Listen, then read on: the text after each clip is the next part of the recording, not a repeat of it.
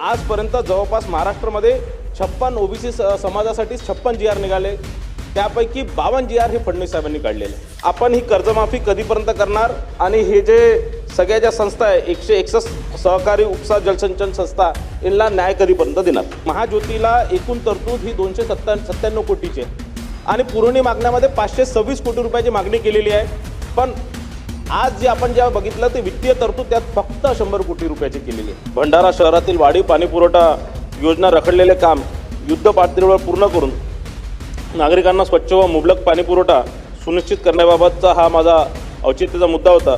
मग ही नाग नदी नाही, नाग नाला झालेला आहे, नाग नाला नाही, नाग गटर झालेला आहे। ओबीसी समाजांसाठी जे जे आपण योजना आणतात तिथे त्यांच्या जातीनिहाय त्यांची लोकसंख्या प्रमाणात त्या निधीचं वितरीकरण झालं पाहिजे। यांचं काम कसं चालतं ते स्वतःचं काम करत नाही आणि हे सांगतात आहे की त्यामध्ये तक्रारी आले नाही। यांच्याकडे किती तक्रारी आले, मी स्वतः अनेक तक्रारी दिलेल्या। नोटीस ज्या देतो आपण पोल्युशन विभागामार्फत या महानगरपालिका किंवा स्थानिक स्वराज्य संस्था कचऱ्याच्या पेटीत टाकतात। ओबीसींच्या हक्काचे जे पैसे आहेत आणि जी मागणी या विभागाच्या माध्यमातून ओबीसी समाजाच्या उत्खननासाठी झाले आहे ते पूर्ण निधी ते सरकारने वितरित केली पाहिजे। तुम्ही जर सखोल चौकशी केली तर या चौकशीमध्ये 0 लिक्विड डिस्चार्ज असलेली एकही फॅक्टरी तिथे तुम्हाला लक्षात दिसणार नाही। मागच्या 10 वर्षात मी 7व्यांदा ही लक्षवेधी लावलेली आहे।